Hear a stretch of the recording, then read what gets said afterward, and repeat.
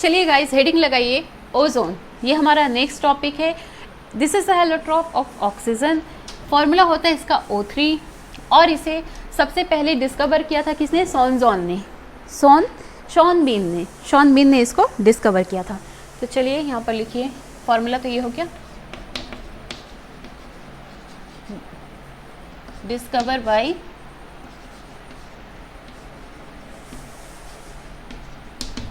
Shawn been. ठीक है, Shawn been ने इसको डिस्कवर किया था इन 1840। हालांकि ये हिस्ट्री नहीं पूछेगा, लेकिन आपको पता होना चाहिए क्योंकि आप साइंस पढ़ रहे हैं, आप केमिस्ट्री पढ़ रहे हैं, तो ऑब्वियस है कि आपको ये छोटी छोटी नॉलेज होनी चाहिए कि भाई किसने किसको डिस्कवर किया। तो बात यहाँ पर ओजोन की हो रही है। Ozone, this is a allotrope of oxygen which is discovered by Schönbein. इसे बनाने का सबसे फेमस दो मेथड है, एक होता है सीमेन एंड देन ब्रॉडी का ओजोनाइज़र। ठीक है, तो चलिए हेडिंग लगाइए सीमेन ओजोनाइज़र। यहाँ पर प्रिपरेशन मेथड लिखेंगे आप, प्रिपरेशन मेथड। ठीक है, तो इसमें सबसे पहले आएगा आपका क्या? सीमेन ओजोनाइज़र। ओके, तो चलिए गाइस हेडिंग लगाइए सीमेन ओजोनाइज़र।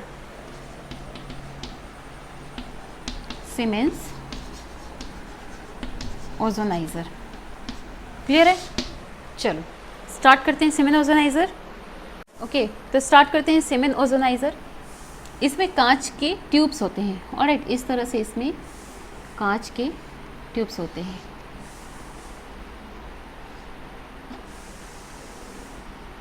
इस तरह से कांच के ट्यूब्स होते हैं।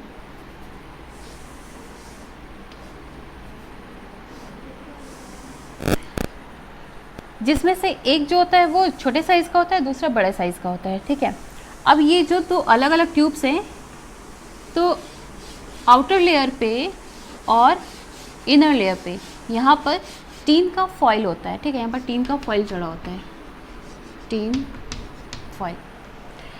ये जो आपको ट्यूब दिख रहा है ना, यहाँ से ऑक्सीजन अंदर भेजी जाती है। ठीक है, अब यहाँ पर होता क्या है कि ये जो कांच की जो ट्यूब्स होते हैं, इसमें इनके बीच में थोड़ा खाली जगह छोड़ा जाता है, थोड़ा इसको गैप पे रखा जाता है और ये टीन फॉइल चढ़ाया जाता है और यहाँ से इलेक्ट्रिक डिस्चार्ज किया जाता है। इसमें इलेक्ट्रिक डिस्चार्ज भेजा जाता है। तो जैसे करंट यहाँ पर फ्लो होता है, तो करंट फ्लो होता है, तो ऑलरेडी यहाँ पर करंट फ्लो हो रहा है और ऑक्सीजन यहाँ से फ्लो हो रहा है। ठीक है, ऑक्सीजन से यहाँ पर अंदर की ओर भेजा जा रहा है, लेकिन टेम्परेचर को जो है वो लो रखा जाता है। एट लो टेम्परेचर यहाँ पर इलेक्ट्रिक डिस्चार्ज होता है और जो ऑक्सीजन होता है वो यहाँ से बाहर निकल जाता है। मतलब कि इस नली से ये जो ट्यूब दिख रहा है, यहाँ से ऑक्सीजन को ओजोन के फॉर्म में बाहर निकाला जाता है। तो इस प्रोसेस से जो हमें ओजोन गेन हो रही है वो 10 to 15% ही गेन होती है। ठीक है, मतलब यहाँ पर जो परसेंटेज है वो बहुत ही कम होता है ओजोन का, बट जो ओजोन हमको गेन हो रही है वो प्योर होती है। ठीक है, प्योर ओजोन गेन होती है यहाँ से। ओके, अब टेम्परेचर की अगर बात की जाए तो टेम्परेचर यहाँ पर लो रखा जाता है। एट लो टेम्परेचर पे ये प्रोसेस होता है। ठीक है, चलो इसको पॉजिटिव कर देना, इसको नेगेटिव कर देना, वरना इलेक्ट्रिक करंट कैसे फ्लो होगा। क्लियर इतना? चलो इसका स्क्रीनशॉट लो। अब हेडिंग लगाओ ब्रॉडी ओजोनाइज़र। तो चलिए नेक्स्ट हेडिंग लगाइए Brodie ओजोनाइज़र।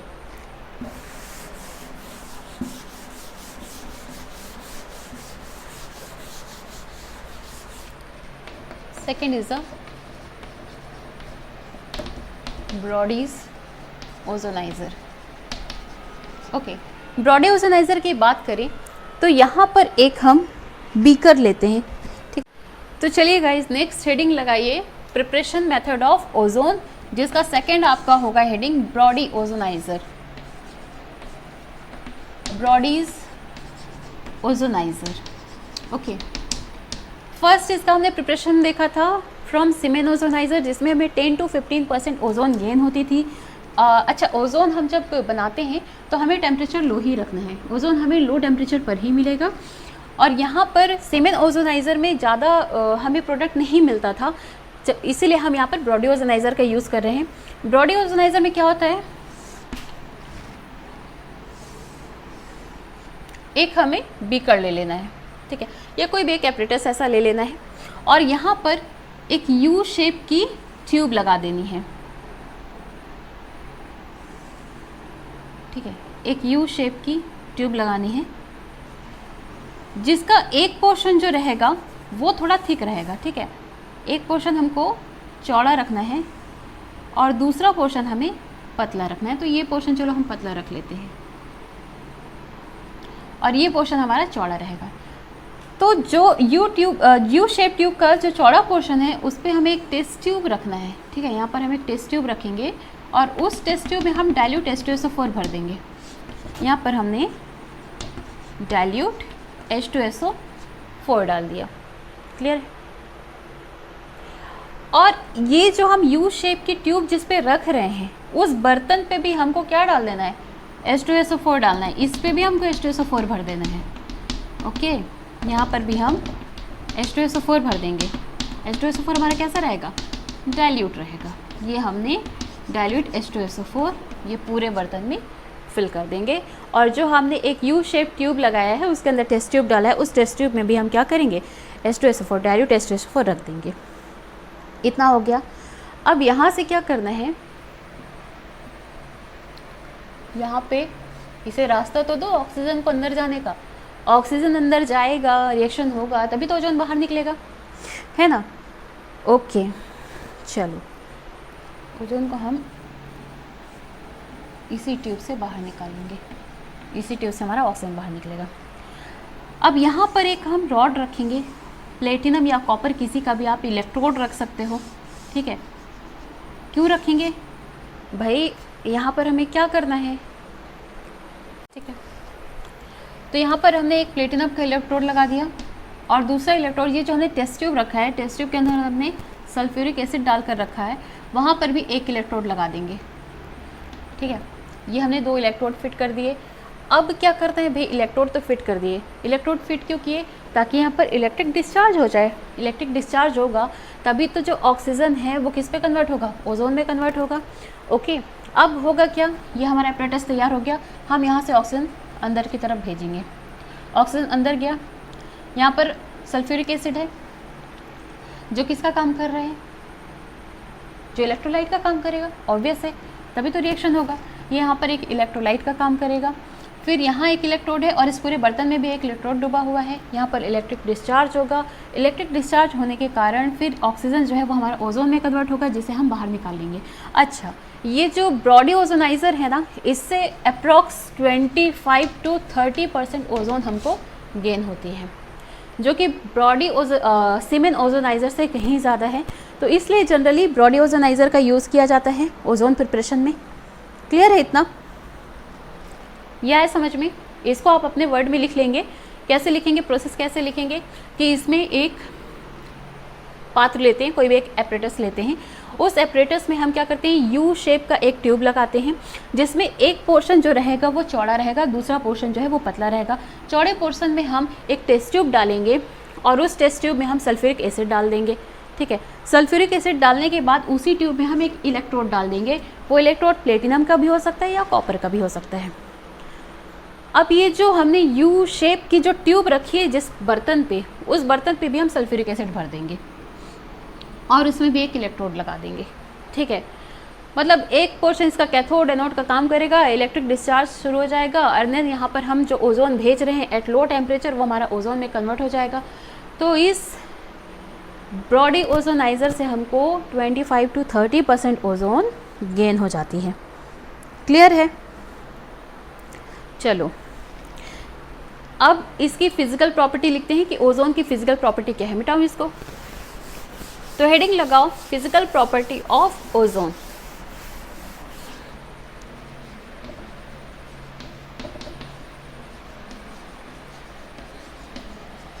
Physical properties of ozone. तो ओजोन की फिजिकल प्रॉपर्टी की बात करें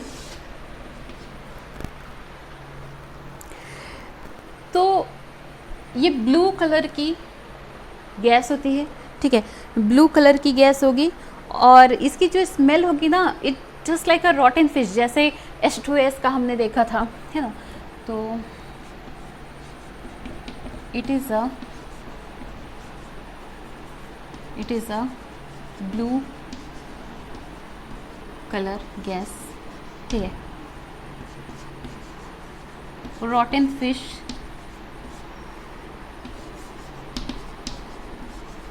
रॉटन फिश लाइक स्मेल, मतलब smell like a rotten fish, opposite हो गया। स्मेल कैसी होगी इसकी? रॉटन फिश की, सड़ी मछली के जैसे। Smell like रॉटन fish, okay. Next अगर बात करें तो ये हो सकता है कि ओजोन जो होता है ना, अगर इसको और ज़्यादा लो टेम्परेचर पर रखा जाए तो ये किस पे कन्वर्ट हो जाएगा? ये लिक्विड पे कन्वर्ट हो जाएगा, ठीक है। और डार्क ब्लू कलर हमको गेन होता है, मतलब डार्क ब्लू कलर में हमको ओजोन मिलेगी। तो एट लो टेम्परेचर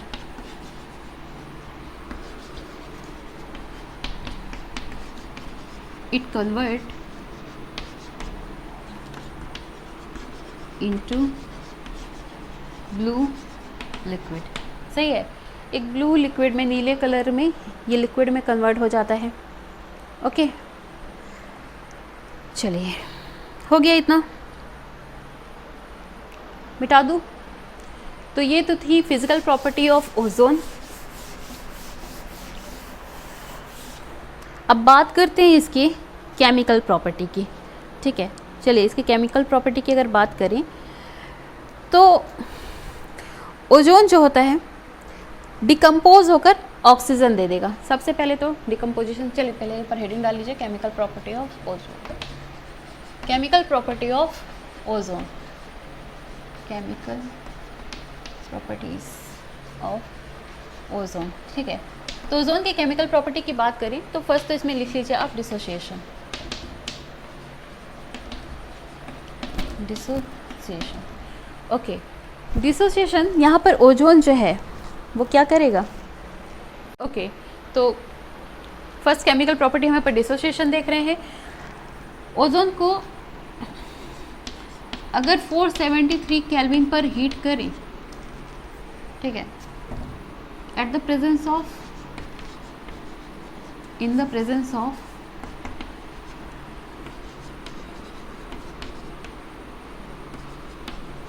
कुछ भी कैटलिस्ट आप ले सकते हैं, ठीक है।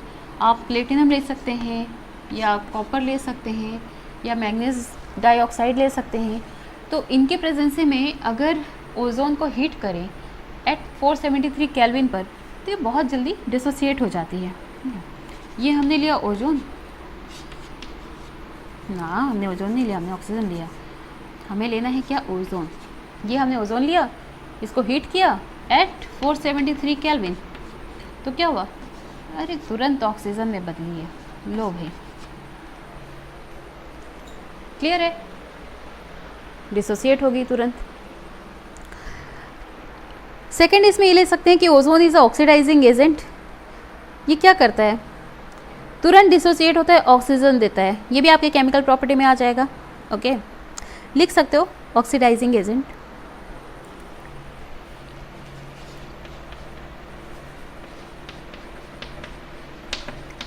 Oxidising agent. अब ऑक्सीडाइजिंग एजेंट में क्या होगा? जो ओजोन होगा वो तुरंत अपघटित होता है, तुरंत डिसोसिएट होगा, ओके। ये O3 हुआ, लो यहाँ से O2 दे दिया गैसेस फॉर्म, यहाँ से O दे दिया, ठीक है। ऑक्सीडाइजिंग एजेंट होता है ये, ओके। नेक्स्ट ये भी देख सकते हैं, एक और देख लो, KnO2। ये पोटेशियम नाइट्राइट है। इसे जब हम ओजोन से रिएक्शन कराते हैं तो ये नाइट्राइट हमारा नाइट्रेट में कन्वर्ट हो जाएगा। पोटेशियम नाइट्राइट ले लो, एक ऑक्सीजन इधर भेज दो, हो गया। O2 बचा, लो ऑक्सीजन निकल गई। तो ऑक्सीजन को जब भी हम नाइट्राइट से रिएक्शन कराते हैं तो वो क्या बनाएगा? हमारा नाइट्रेट। पोटेशियम नाइट्राइट हमारा किस पे कन्वर्ट हो? पोटेशियम नाइट्रेट पे, क्लियर है? तो ये कुछ कुछ इसके केमिकल प्रॉपर्टीज़ थी। चलो अब बात कर लेते हैं इसके यूजेस के। ओजोन के क्या क्या यूज़ होते हैं ये देख लेते हैं, ओके। चलो हेडिंग डालो, यूजेस ऑफ ओजोन। अच्छा, इसकी एक बहुत ही इम्पॉर्टेंट प्रॉपर्टी होती है, ये कलरलेस कर देता है, मतलब bleaching, okay. Next chemical property में आप ये ब्लीचिंग एक्शन देख सकते हैं। ब्लीचिंग एक्शन क्या होता है? ये जो ओजोन होता है ना, जैसे किसी भी चीज़ का कलर उड़ाना हो, ठीक है, जैसे कोई भी चीज़ को यूज़ करने से पहले क्या किया जाता है, उसका कलर हटाया जाता है।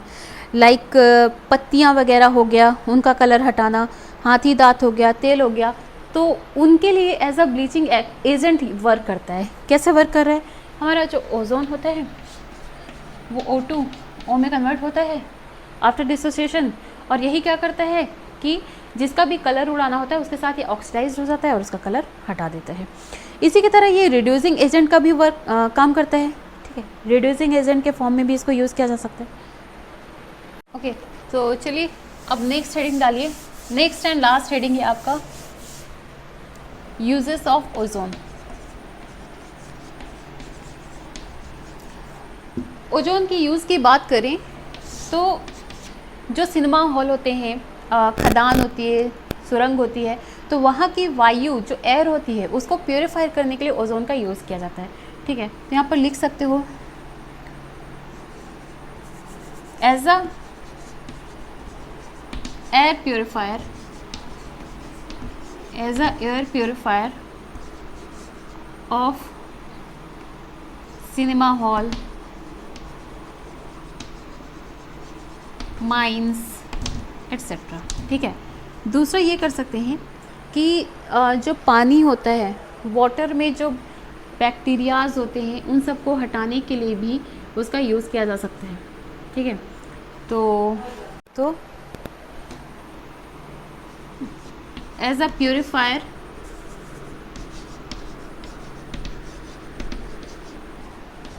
ऑफ वाटर, ठीक है। ब्लीचिंग एजेंट के रूप में तो वर्क करता है, ये तो पहले ही मैंने बता दिया इसकी केमिकल प्रॉपर्टी में, ब्लीचिंग एजेंट कलर उड़ाने में, ठीक है।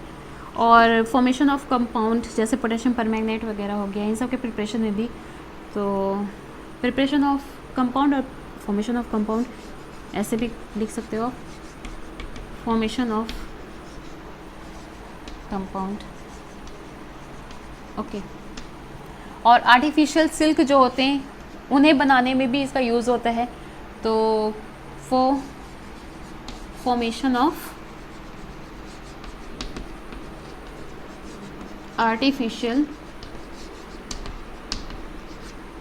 सिल्क, क्लियर है। तो ये कुछ इसके यूजेस थे ओजोन के, कि एज अ एयर प्योरीफायर हुआ, एज अ जैसे सिनेमा हॉल हुआ, सुरंग हुई, कोई माइंस हुई, जो अंदर अंदर जहाँ पर वर्क होता है, तो वहाँ के एयर को प्योरीफायर करने के लिए ओजोन का यूज़ किया जाता है।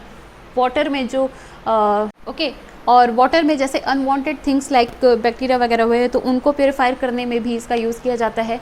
ब्लीचिंग एजेंट ये है ही, किसी भी चीज़ को यूज़ करने से पहले उसका कलर उड़ाना, जैसे पत्तियाँ वगैरह हो गया उनके कलर को उड़ाने में, और जो तेल वगैरह होता है उसके प्योरीफायर में भी इसको यूज़ किया जाता है। Formation of compound like potassium permanganate वगैरह हो गया, तो किसी भी कंपाउंड के फॉर्मेशन में भी ओजोन का यूज़ किया जाता है। And the formation of the artificial silk, artificial camphor, तो इन सब के प्रिपरेशन में भी ओजोन का यूज़ किया जाता है।